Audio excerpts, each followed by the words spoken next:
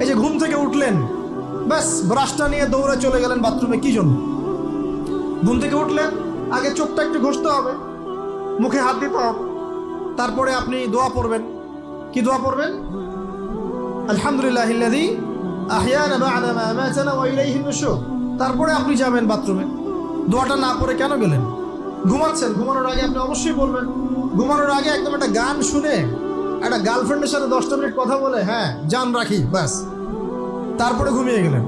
ঘুমটা আপনার জন্য ইবাদত হলো না? হারামে লিপ্ত হতেন না?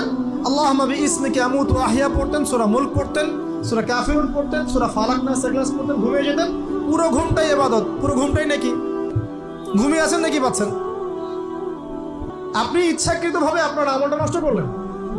ইস্তেঞ্জা করতে গেছেন, ইস্তেঞ্জা করতে গিয়ে গান শুরু করে দিল বাথরুমে। বাথরুম সিঙ্গার আছে না কিছু? বাথরুমে গান গাওয়ার জায়গা নেই।